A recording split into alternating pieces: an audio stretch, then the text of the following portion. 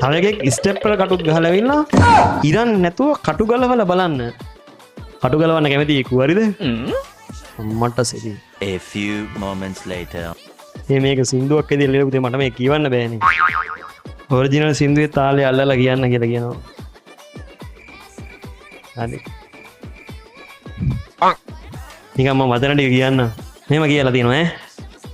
ඔයගොල්ලෝ තාලේ හිතා ගන්න පුළුවන් නේ. අපි කිව්වා සර්ට හොඳ නෑ ගණන් හදන්න.